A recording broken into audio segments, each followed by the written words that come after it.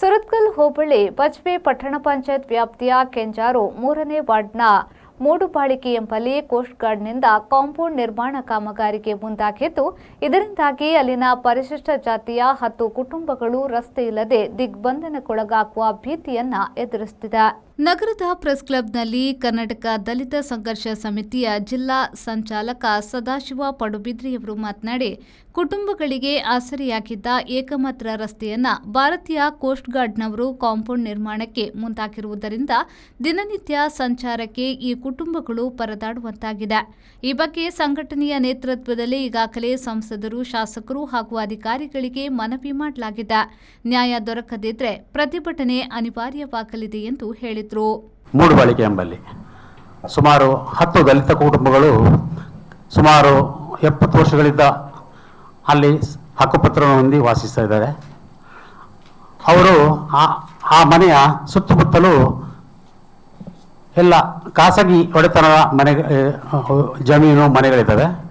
ಈ ಮನೆಗಳು ಇಲ್ಲಿ ವಾಸಿಸುವಂಥ ಎಲ್ಲ 10 ದಲಿತ ಕುಟುಂಬಗಳು ಬಡ ಕಾರ್ಮಿಕ ವರ್ಗಕ್ಕೆ ಸೇರಿದವರಾಗಿದ್ದು, ಇವರು ದಿನದ ಆಗುಹೋಗುಗಳು, ಮನೆಗೆ ತರಬೇಕಾದ ವಸ್ತುಗಳು, ಇಂಥ ವಸ್ತುಗಳೆಲ್ಲ ಪಕ್ಕದ ಜಮೀನು 116 ಬಾರ್ ಎಗೆ ತಾಗಿಕೊಂಡಿರುವಂಥ ಒಂದು ಕಚ್ಚಾ ರಸ್ತೆಯಲ್ಲಿ ವ್ಯವಹಾರಗಳು ಮಾಡ್ತಾ ಇದ್ರು. ಇತ್ತೀಚೆಗೆ ಇಂಡಿಯನ್ ಕೋಸ್ಟ್ ಗಾರ್ಡ್ ಇಲಾಖೆಯವರು ತಾವು ಅಲ್ಲಿ ಜಿಲ್ಲಾ ಸಂಘಟನಾ ಸಂಚಾಲಕ ರಘು ಕೆ ಎಕ್ಕಾರು ಅವರು ಮಾತನಾಡಿ, ಮೂಡುಬಾಳಿಕೆಯಲ್ಲಿ 10 ಪರಿಶಿಷ್ಟ ಜಾತಿಯ ಕುಟುಂಬಗಳು ಸುಮಾರು 70 ವರ್ಷಗಳಿಂದ ವಾಸಿಸುತ್ತಿದ್ದಾರೆ. 1995ರಲ್ಲಿ ಈ ಮನೆಗಳಿಗೆ ಹಕ್ಕುಪತ್ರ ದೊರಕಿದೆ. ಕುಟುಂಬಗಳು ವಾಸಿಸುತ್ತಿರುವ ಮನೆಗಳ ಸುತ್ತಲೂ ಇರುವ ಜಮೀನು ಖಾಸಗಿಯವರಿಗೆ ಸೇರಿದಾಗಿದೆ. ಈ ಕುಟುಂಬಗಳು ತಮ್ಮ ದೈನಂದಿನ ಕೆಲಸ ಕಾರ್ಯ, ವಿದ್ಯಾಭ್ಯಾಸ ಹಾಗೂ ಇತರ ವಿಚಾರಗಳಿಗೆ ಹೋಗಲು ಸರ್ವೆ ನಂಬರ್ 116/7ಕ್ಕೆ ತಾಗಿಕೊಂಡಿರುವ ಕಾಲುದಾರಿ ಮತ್ತು ಕಚ್ಚಾ ರಸ್ತೆಯನ್ನ ಅವಲಂಬಿಸಿರುತ್ತಾರೆ. ತಲಾ 2.5 ಸೆಂಟ್ಸ್ ಜಾಗದಲ್ಲಿರುವ ಈ 10 ಕುಟುಂಬಗಳ ಮನೆಗಳವರು ಈ ರಸ್ತೆಯಲ್ಲೇ ತಮ್ಮ ಮನೆಗಳಿಗೆ ಬೇಕಾದ ವಸ್ತುಗಳನ್ನು ರಿಕ್ಷಾ ಅಥವಾ ಟೆಂಪೋ ಮೂಲಕ ಸಾಗಿಸುತ್ತಿದ್ದಾರೆ.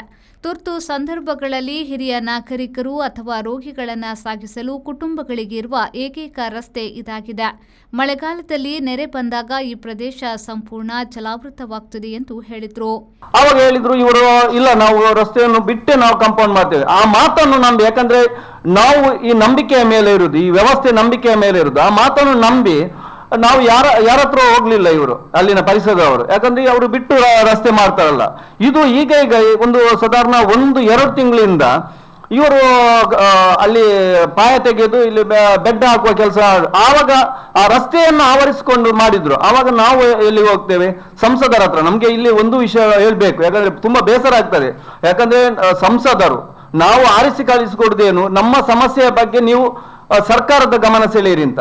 ಆದ್ರೆ ನಾವು ಸಂಸದರ ಹತ್ರ ಹೋಗುವಾಗ ಇದು ನಮ್ಗೆ ಆಗಲ್ಲ, ಇದು ನೀವು ಬೇಡ, ಅದು ಕೋಸ್ಟ್ ಗಾರ್ಡ್ನವರ ಹತ್ರ, ನಮ್ಗೆ ಅದು ಸೆಂಟ್ರಲ್ ಗವರ್ಮೆಂಟ್ ಬರುತ್ತೆ, ಅದು ನಾವು ಮಾತಾಡ್ಲಿಕ್ಕೆ ಆಗಲ್ಲ. ಹಾಗಾದ್ರೆ ನಾವು ಯಾರ ಹತ್ರ ಮಾತಾಡ್ಬೇಕು? ಸುದ್ದಿಗೋಷ್ಠಿಯಲ್ಲಿ ಜಿಲ್ಲಾ ಮಹಿಳಾ ಸಂಚಾಲಕಿ ಸರೋಜಿನಿ ಬಂಟ್ವಾಳ, ತಾಲೂಕು ಸಂಘಟನಾ ಸಂಚಾಲಕ ರುಕ್ಮಯ್ಯ ಅಮೀನ್ ಕರಂಬಾರು, ಕೆಂಜಾರು ಗ್ರಾಮ ಸಂಚಾಲಕ ಲಿಂಗಪ್ಪ ಕುಂದರ್, ಸ್ಥಳೀಯ ನಿವಾಸಿ ಯಮುನಾ ಉಪಸ್ಥಿತರಿದ್ದರು. ಶರಸಾಲಿಯನ್, ವಿ4 ನ್ಯೂಸ್, ಮಂಗಳೂರು.